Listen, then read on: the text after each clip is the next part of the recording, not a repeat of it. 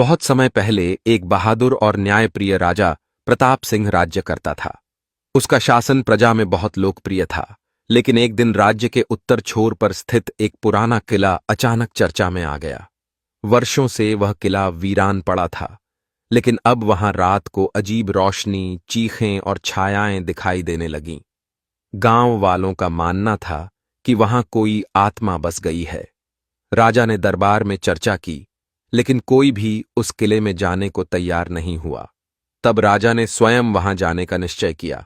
सभी ने उसे रोका, पर वह बोला, अगर राजा ही डर जाए तो प्रजा से साहस की क्या उम्मीद की जाए।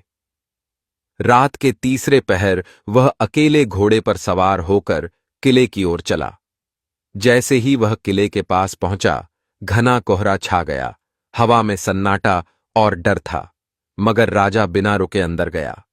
किले की दीवारें टूटी हुई थीं, लेकिन अंदर प्रवेश करते ही अचानक दरवाजा खुद ब खुद बंद हो गया। राजा ने मशाल जलाकर आगे बढ़ना शुरू किया। जैसे ही वह मुख्य हॉल में पहुंचा, वहां एक बड़ा आईना रखा था। राजा ने झांक कर देखा तो उसमें अपने आप को नहीं, बल्कि एक जली कटी आत्मा को देखा जो कराह रही थी। आईने से आवाज आई, मैं इस किले की रानी थी। मेरे विश्वासघात ने मुझे बांध दिया। मुझे मुक्ति चाहिए। राजा ने चौंकते हुए पूछा, मैं तुम्हारी कैसे मदद कर सकता हूं? सच को उजागर करके, इतिहास को न्याय दिलाकर।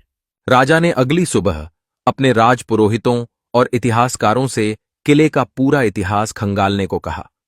पता चला कि वर्षों पहले इस किले की रानी को झूठे आरोप में जिंदा दीवार में चुनवा दिया गया था।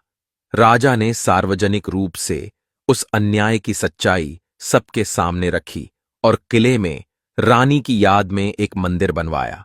तभी एक रात राजा के सपने में वही आत्मा आई और मुस्कुराकर बोली, धन्यवाद, अब मैं मुक्त हूं। कहानी यहीं खत्म नहीं होती। राजा ने प्रजा से कहा, डर को सिर्फ साहस से नहीं, सच्चाई से भी हराया जाता है। कभी भी किसी बात को सिर्फ सुनकर मत मानो, जब तक तुम उसकी सच्चाई खुद न देख लो। हर डर के पीछे एक वजह होती है और हर वजह का हल होता है। डर इंसान को रोकता है, पर सच उसे आगे बढ़ाता है। जो सत्य के रास्ते पर चलता है, उसे कोई किला नहीं रोक सकता, चाहे वो कितना ही भूतिया क्यों न हो।